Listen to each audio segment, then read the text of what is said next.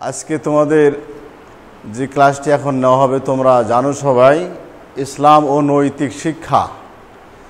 ইসলাম ও নৈতিক শিক্ষা সাবজেক্টটি তোমাদের বিষয়সমূহের মধ্যে একটি সহজ বিষয়, কিন্তু সহজ মনে করে বিষয়টি এড়িয়ে চললে কিন্তু পরীক্ষা একটু কঠিন হবে। এই বইটিতে 5টি অধ্যায় আছে, মোট 5টি অধ্যায় আছে। প্রথম অধ্যায় আকাইদ ও নৈতিক জীবন, দ্বিতীয় অধ্যায় শরীয়তের উৎস, তৃতীয় অধ্যায় ইবাদত, চতুর্থ অধ্যায় আখলাক, পঞ্চম অধ্যায় আদর্শ জীবন চরিত। 5টি অধ্যায় তোমাদেরকে পড়তে হবে তোমাদের সিলেবাস অনুসারে। প্রথম অধ্যায়ের যে 8টি পাঠ রয়েছে, 8টি পাঠের মধ্যে কিছু কিছু পাঠের ক্লাস হয়েছে। আজকে তোমাদের সামনে সংক্ষিপ্তভাবে একটু আলোচনা করব। কুফর, শিরক, নিফাক। কুফর, শিরক, নিফাক কি বিষয়? কুফর, এখানে আমি পাঠের বিষয়টা দেওয়া আছে। আজকের বিষয়বস্তু হচ্ছে, পাঠের বিষয়বস্তু কুফর।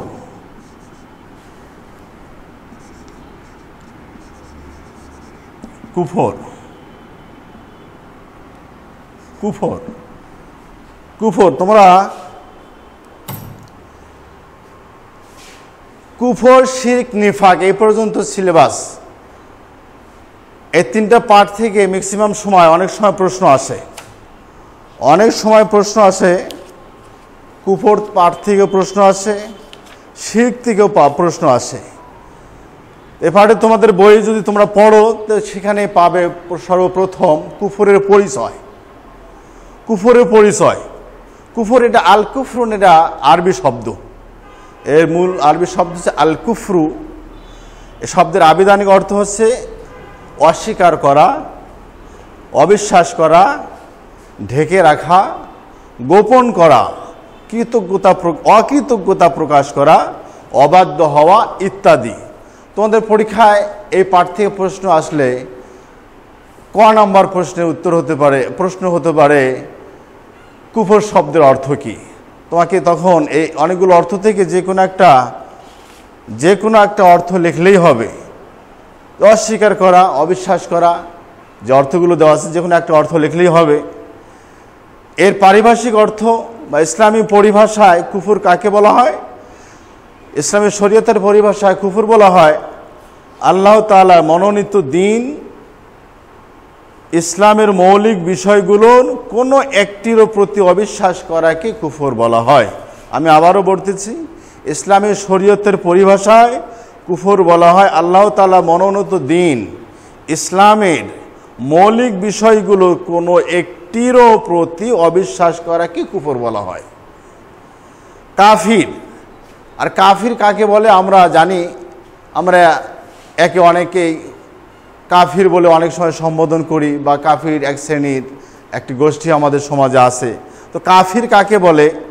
কাফির বলা হয় যে ব্যক্তি কুফরে লিপ্ত হয় তাকে কাফির বলা হয়। যে ব্যক্তি কুফরে লিপ্ত হয় তাকে কাফির বলা হয়। অর্থাৎ কোনো ব্যক্তি যদি ইসলামের কোনো মৌলিক বিষয়ে অবিশ্বাস করে তখন তাকে কাফির বলা হয়। প্রিয় শিক্ষার্থীরা, তোমরা বুঝতে পারছো কাফির কাকে বলা হয়, কুফর কি জিনিস, কুফর কাকে বলে, কুফরের শাব্দিক পারিভাষিক অর্থ। কাফির কাকে বলে?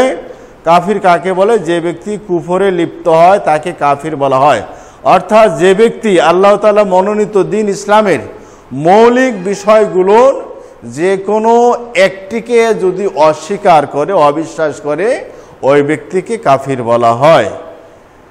কাফির শব্দ অর্থ অবিশ্বাসী, অবিশ্বাসকারী, অস্বীকারী। মানুষ নানাভাবে কাফির বা অবিশ্বাসী হতে পারে। একটি মানুষ বিভিন্নভাবে সে কাফির হতে পারে। যেমন আল্লাহ তাআলা অস্তিত্ব বিশ্বাস বা অস্বীকার করার দ্বারা কোনো ব্যক্তি যদি আল্লাহ নেই এমন কথা বলে সে কাফির, সে ব্যক্তি কাফির হয়ে যাবে। আল্লাহ তাআলা গুণাবলী অস্বীকার করা, আল্লাহর অনেক গুণাবলী রয়েছে, আল্লাহর গুণাবলীর নাম রয়েছে যাকে আমরা আসমাউল হুসনা বলি। আল্লাহর 99টি গুণবাচক নাম রয়েছে। এ সকল গুণের যে কোনো একটি গুণকেও যদি কেউ অস্বীকার করে তাহলে সে কি হয়ে যাবে? সে কাফির হয়ে যাবে। আল্লাহ তাআলার গুণাবলীকে অস্বীকার করলে সে কাফির হয়ে যাবে। যেমন আল্লাহ তাআলাকে সৃষ্টিকর্তা বা রিজিকদাতা না মানা। কাফির হওয়ার আরও মাধ্যম হচ্ছে ইমানের মৌলিক যে 7টি বিষয় আছে। আমরা ইমান, তোমরা গত অধ্যায়গুলোতে পড়ে আসছো, আকাইদ ও ইমান। ইমানের সংজ্ঞায় তোমরা বলেছো ইমানের স্তর। ইমানের মধ্যে ইমানে মুফাসসাল নামে তোমরা একটা কালিমা তোমাদেরকে পড়ানো হয়েছে, তোমরা পড়েছো। সেখানে 7টি বিষয় রয়েছে। আমানতু বিল্লাহি ওয়া মালাইকাতিহি ওয়া কুতুবিহি ওয়া রুসুলিহি ওয়াল ইয়াউমিল আখিরি ওয়াল কদরি খাইরিহি ওয়া শাররিহি মিনাল্লাহি তাআলা ওয়াল বাসি বাদাল মাউত। এখানে 7টি বিষয়ের কথা বলা হয়েছে। 7টি বিষয়ের উপরে পূর্ণ বিশ্বাস স্থাপন করতে হবে। তো কোনো ব্যক্তি যদি এই 7টি বিষয়ে যে কোনো একটির উপরও যদি অবিশ্বাস করে বা বিশ্বাস না রাখে, তাহলে সে কাফির হয়ে যাবে। যেরকম ফেরেশতা, নবী রাসূল, আসমানি কিতাব, আখিরাত, তাকদীর, এগুলোর উপরে যদি কোনো ব্যক্তি বিশ্বাস না করে, তাহলে সে কাফির হয়ে যাবে।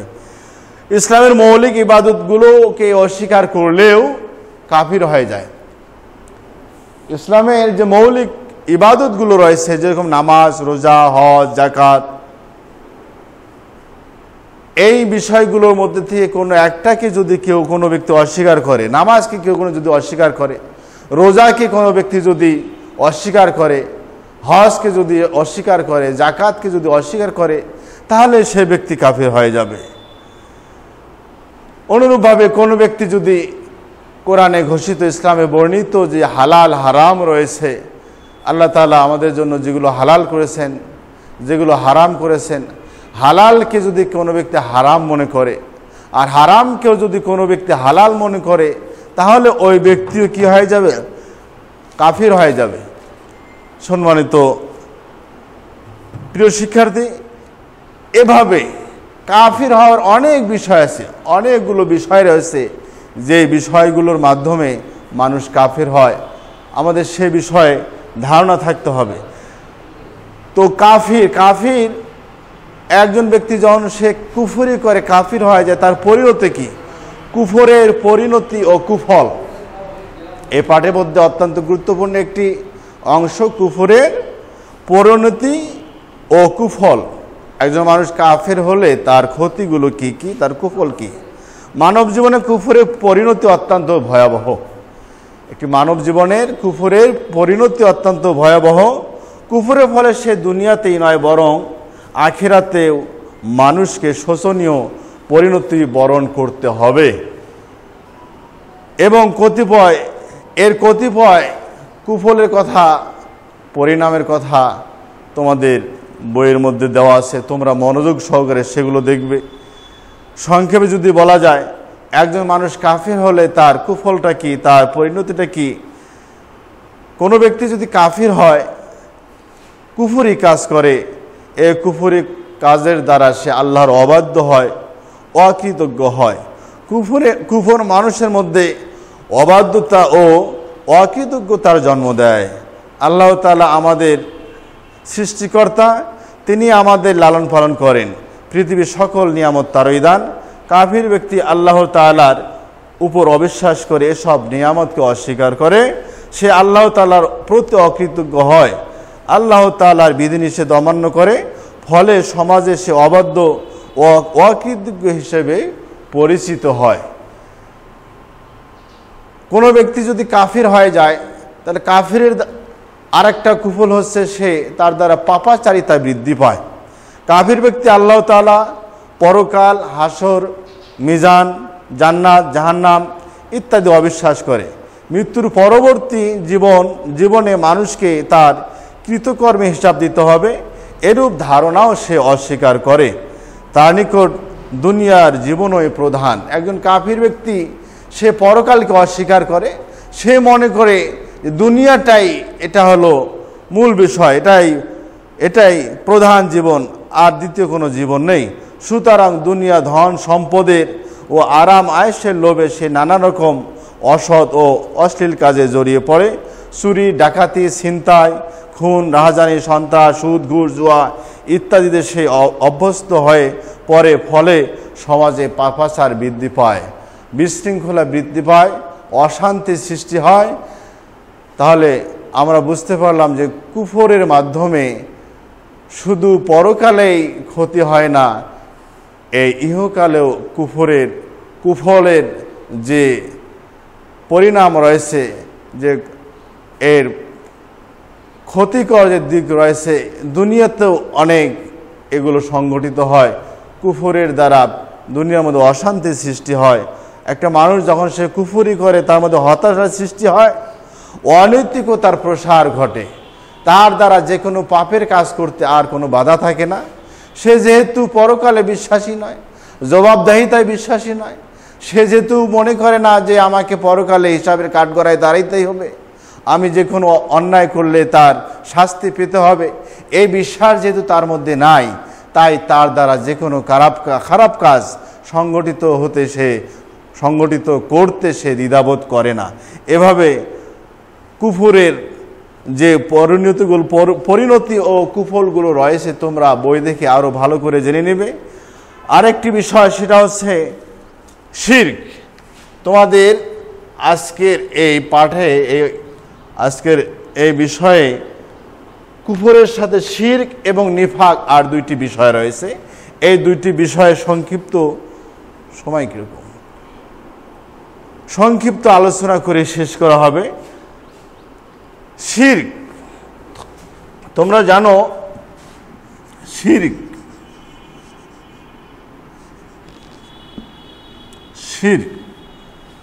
এটা আরবিতে আশিরক বলা হয়।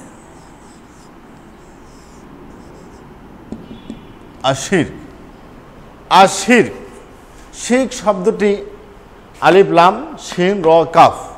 আশিরকুন এই শব্দের অর্থ হচ্ছে অংশীদার সাব্যস্ত করা, একাধিক স্রষ্টা বা উপাস্যে বিশ্বাস করা।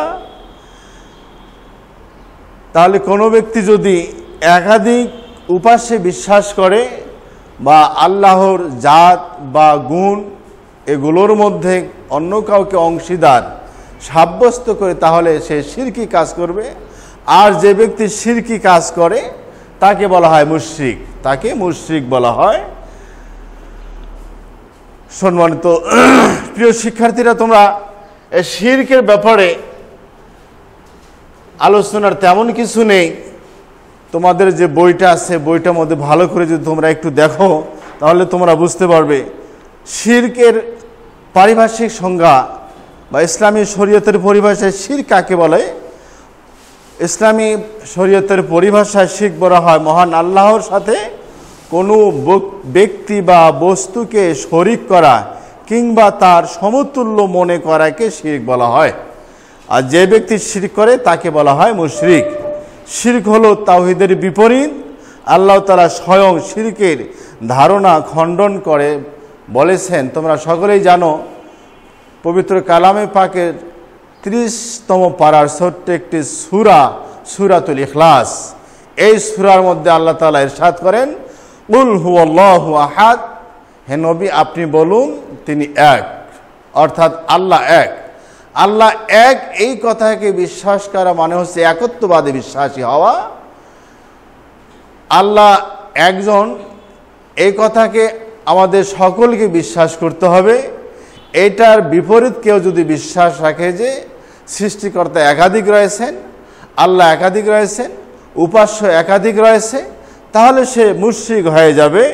পবিত্র কালামে পাকে আল্লাহ তাআলা বলেন, লাইসা কামিসলিহি শাইউন, আল্লাহর মতো দ্বিতীয় অন্য কোনো ব্যক্তি আর নেই। আল্লাহর যে গুণগুলো রয়েছে এই গুণের অধিকারী অন্য কোনো ব্যক্তি নয়। আল্লাহ তাআলা পবিত্র কালামে পাকে শিরকের সম্পর্কে আরও বলেন, লাউ কানা ফীহিমা আলিহাতান ইল্লাল্লাহু লাফাসাদাতা, যদি আসমান আর জমিনে একাধিক সৃষ্টিকর্তা থাকতো তাহলে বিপর্যয় হতো, মারামারি হতো, কাটাকাটি হতো, হিংসা বিদ্বেষ হতো, এরকম বিশৃঙ্খলা পরিবেশ সৃষ্টি হতো। সুতরাং এগুলো দ্বারাও আমরা স্বাভাবিকভাবে বুঝতে পারি যে সৃষ্টিকর্তা একজন, আর সৃষ্টিকর্তা একজন এই কথার উপর বিশ্বাস করার নামই হলো তাওহীদে বিশ্বাস করা। আর বিপরীত বিশ্বাস করা অর্থাৎ একাধিক উপাস্যে বা একাধিক এরকম স্রষ্টা বিশ্বাসী হওয়া মানে শিরকি কাজে লিপ্ত হওয়া। যিনি শিরকি কাজে লিপ্ত হয় তাকে মুশরিক বলা হয়। আল্লাহ তাআলার সাথে শিরক চার ধরনের হতে পারে। আল্লাহ তাআলার গুণাবলীতে শিরক করা, যেমন আল্লাহ তাআলার পাশাপাশি অন্য কাউকে সৃষ্টিকর্তা রিজিকদাতা মনে করা, আল্লাহ তাআলার সত্তা ও অস্তিত্বে এরকম শিরক করা, সৃষ্টি জগতের পরিচালনায় কাউকে আল্লাহর অংশীদার সাব্যস্ত করা, ইবাদতের ক্ষেত্রে আল্লাহ তাআলার সাথে অন্য কাউকে শরীক করা, অংশীদার সাব্যস্ত করা। প্রিয় শিক্ষার্থীরা, তোমরা বুঝতে পারলে, জানতে পারলে শিরক কী জিনিস, শিরক কাকে বলে, কিভাবে শিরক হতে পারে। এখন সংক্ষেপে তোমাদের জেনে রাখা দরকার শিরকের কুফর এবং তার প্রতিকার। শিরক এই কাজে লিপ্ত হলে এর কুফলটা কি, পরিণামটা কি, এর ক্ষতিটা কি, আল্লাহ তাআলা পবিত্র কালামে পাকে নিজেই ইরশাদ করেছেন, ইন্না শিরকা লাযুলমুন আযীম, ইন্না শিরকা লাযুলমুন আযীম, নিশ্চয় শিরক অর্থাৎ আল্লাহর সাথে, মহান সৃষ্টিকর্তার সাথে অন্য কাউকে অংশীদার সাব্যস্ত করা, এটা চরম জুলুম, মহা অন্যায়। আল্লাহ রাব্বুল আলামিন পবিত্র কালামে পাকের অন্য জায়গায় ইরশাদ করেছে, ইন্নাল্লাহা লা ইয়াগফিরু আন ইউশরাকা বিহি ওয়া ইয়াগফিরু মা দুনা যালিকা লিমান ইয়াশা। আল্লাহ তাআলা এই আয়াতের মধ্যে, এই আয়াতটি সূরা আন-নিসা 48 নম্বর আয়াত, এই আয়াতে আল্লাহ তাআলা ইরশাদ করতেছেন, নিশ্চয় আল্লাহ তাআলা ওই ব্যক্তিকে ক্ষমা করবেন না যে বা যিনি আল্লাহর সাথে, আল্লাহর জাত বা সত্তা বা গুণাবলীতে, তার ইবাদতে অন্য কাউকে অংশীদার সাব্যস্ত করে। এ বাদ দিয়ে পৃথিবীতে যত অপরাধী রয়েছে তাদের মধ্যে যে কাউকে আল্লাহ তাআলা ইচ্ছা করলে ক্ষমা করে দিতে পারেন। ওয়া ইয়াগফিরু মা দুনা যালিকা লিমান ইয়াশা, আল্লাহ যাকে ইচ্ছা ক্ষমা করে দিবেন। তবে কোনো ব্যক্তি যদি আল্লাহর জাত বা সত্তায়, তার গুণাবলীতে, তার ইবাদতে, তার উপাসনায় অন্য কাউকে যদি অংশীদার সাব্যস্ত করেন, তো আল্লাহ তাআলা নিজেই ঘোষণা করে দিয়েছেন, তার সুস্পষ্ট ঘোষণা, যে লা ইয়াগফিরু আন ইউশরাকা বিহি, তার সাথে অন্য কাউকে অংশীদার সাব্যস্ত করলে তাকে কখনোই আল্লাহ তাআলা মাফ করবেন না। আল্লাহ রাব্বুল আলামিন পবিত্র কালামে পাক অন্য জায়গায় ইরশাদ করেছেন, সূরা আল মায়েদার 72 নম্বর আয়াত, ইন্নাহু মা ইউশরিক বিল্লাহি ফাকাদ হারামাল্লাহু আলাইহিল জান্নাহ ওয়া মাওয়াহু জাহান্নাম, নিশ্চয় ওই ব্যক্তি যে আল্লাহর সাথে অন্য কাউকে অংশীদার সাব্যস্ত করলো, তাহলে সে নিজের উপরে এরকম জাহান্নামকে হারাম করে নিল। তার উপরে আল্লাহ তাআলা তার উপরে জাহান্নামকে হারাম করে দেবেন। সে আর কোনো সময় সে এরকম জান্নাতে যেতে পারবে না, মৃত্যুর পরে তার স্থান হবে জাহান্নাম। ওয়া মাওয়াহুন নার, আর মৃত্যুর পরবর্তী জীবনে তার ঠিকানা হবে নার, অর্থাৎ জাহান্নাম। প্রিয় শিক্ষার্থীরা, আমরা শিরক সম্পর্কে অবগত হব, আরও বেশি অবগত হব, এবং শিরকের ভয়াবহতা খেয়াল করে আমরা শিরকি সকল ধরনের কাজ থেকে আমরা বিরত থাকার চেষ্টা করব। আরেকটি বিষয় হচ্ছে, এই প্রথম অধ্যায়ের তোমাদের আরেকটি ছোট্ট পাঠ অবশিষ্ট রয়েছে, সেটা হচ্ছে নিফাক। এই নিফাক তোমরা জানো, নিফাক নিফাক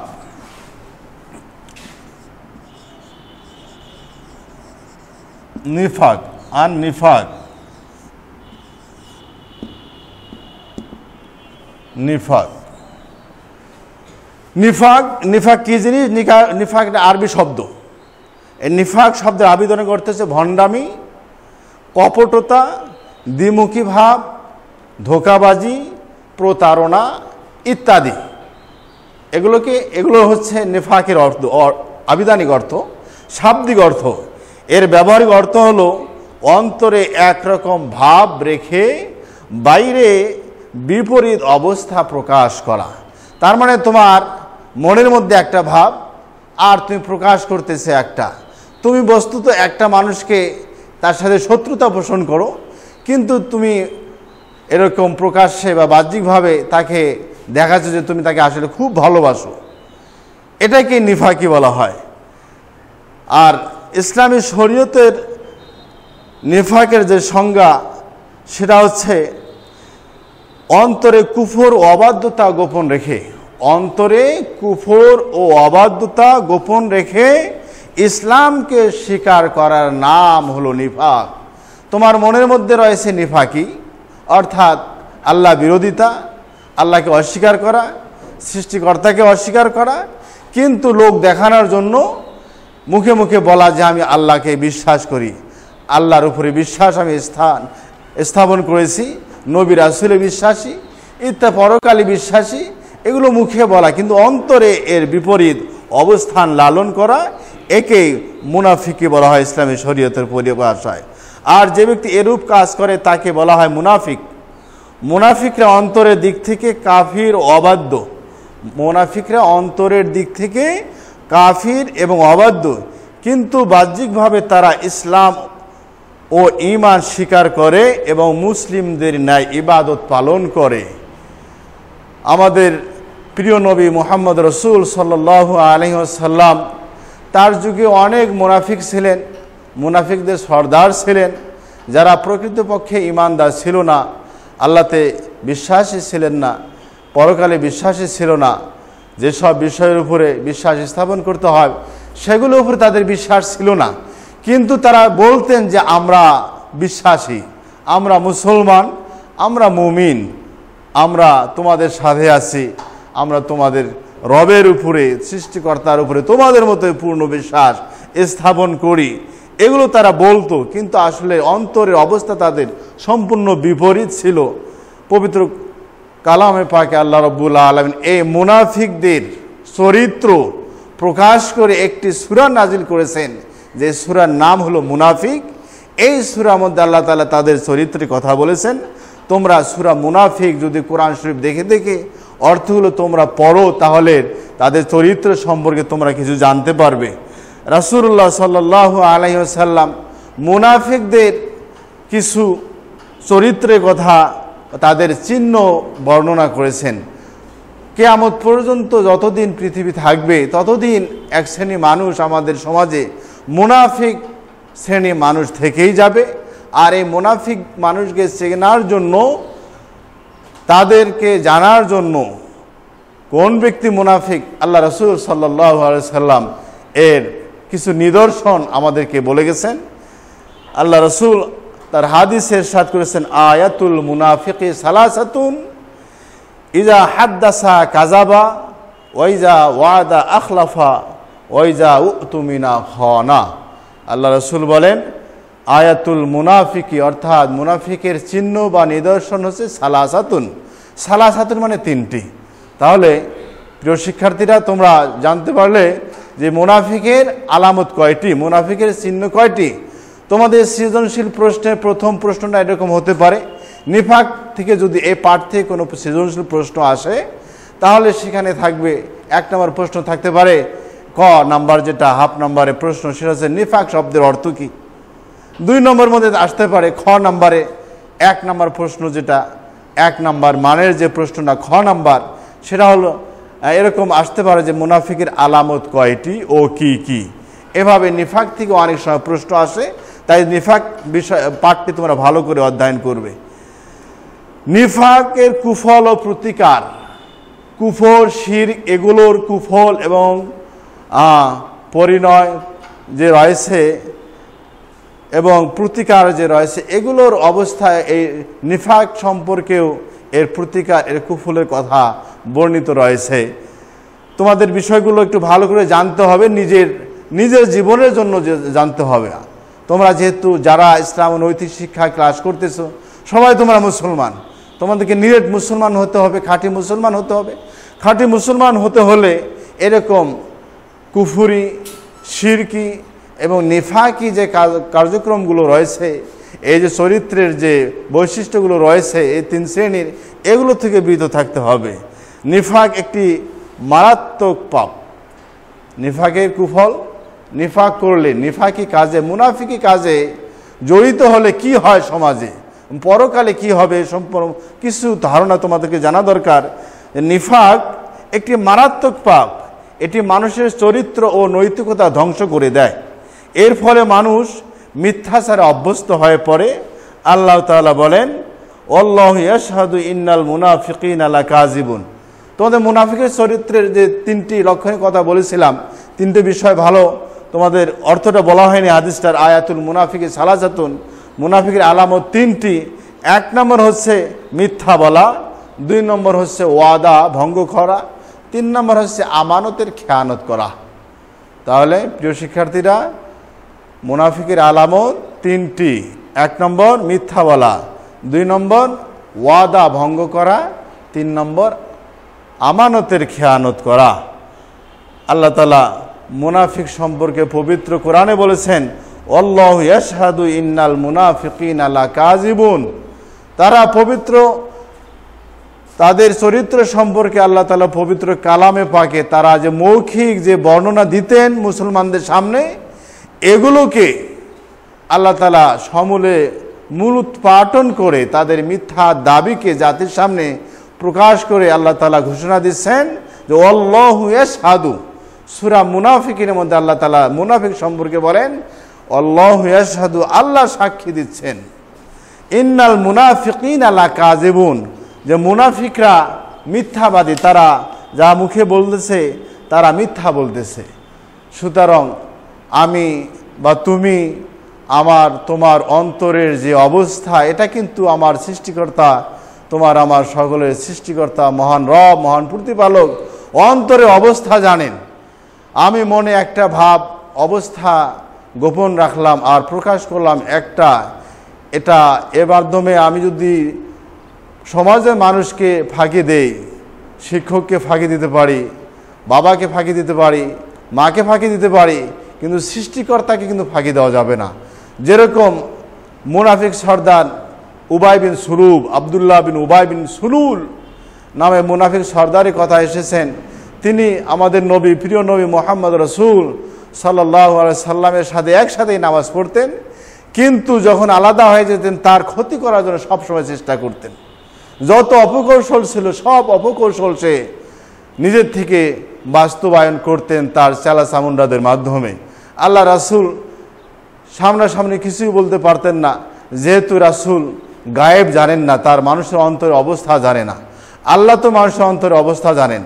আল্লাহ মানুষের অন্তরের অবস্থা জেনে তাদের সম্পর্কে ঘোষণা দিচ্ছেন যে মুনাফিকরা মুখে যা বলতেছে এরা সব মিথ্যা কথা বলতেছে, তাদের এই কলাকৌশল থেকে সাবধান থাকতে হবে। মুনাফিকি কাজ করলে দুনিয়া তো মানুষ তার চরিত্র সম্পর্কে একদিন প্রকাশ পাবে, মানুষ বুঝতে পারবে। তুমি 10 জনের সামনে মিথ্যা বললে কোনো এক সময় সেটা মিথ্যা বাস্তবায়ন হবে, সমাজে তোমার অবস্থান থাকবে না। মানুষকে ওয়াদা দিয়ে ওয়াদা খেলাপ করলে সমাজে তোমার মানুষ ইজ্জত থাকবে না, মানুষ তোমাকে ভালোবাসবে না। এরকম মানুষের আমানতের খেয়ানত করলে মানুষ তোমাকে বিশ্বাস করবে না, সমাজ জাতি তোমাকে এরকম বাঁকা দৃষ্টিতে কুনজরে দেখবে, সমাজ থেকে তুমি ছিটকে পড়বে। সেই সাথে পরকালে তোমার অপূরণীয় একটা যে ক্ষতি হবে এ সম্পর্কে পবিত্র কালামে পাকে আল্লাহ বলেন, ইন্নাল মুনাফিকিনা ফিদ-দারকিল আসফালি মিনান নার, নিশ্চয় মুনাফিকরা জাহান্নামের সর্বনিম্ন স্তরে থাকবে। জাহান্নাম, তোমরা জানো জাহান্নামের 7টি স্তর রয়েছে। এই 7টি স্তরের সবচেয়ে নিচের যে স্তর, এই স্তরের মধ্যে মুনাফিকদের অবস্থান হবে। সুতরাং আমরা আমাদের অন্তরের অবস্থাকে সব সময় নির্মল, উজ্জ্বল, পরিপাটি, সুন্দর রাখবো, আর সেটাই আমরা আমাদের মুখ দিয়ে প্রকাশ করব। প্রিয় শিক্ষার্থীরা, দীর্ঘ সময় যাবত তোমাদের ইসলাম ও নৈতিক শিক্ষার বিষয় নিয়ে 3টি পাঠ নিয়ে একটু আলোচনা করা হলো। একটা হলো কুফর, এরপরে শিরক, এরপরে নিফাক।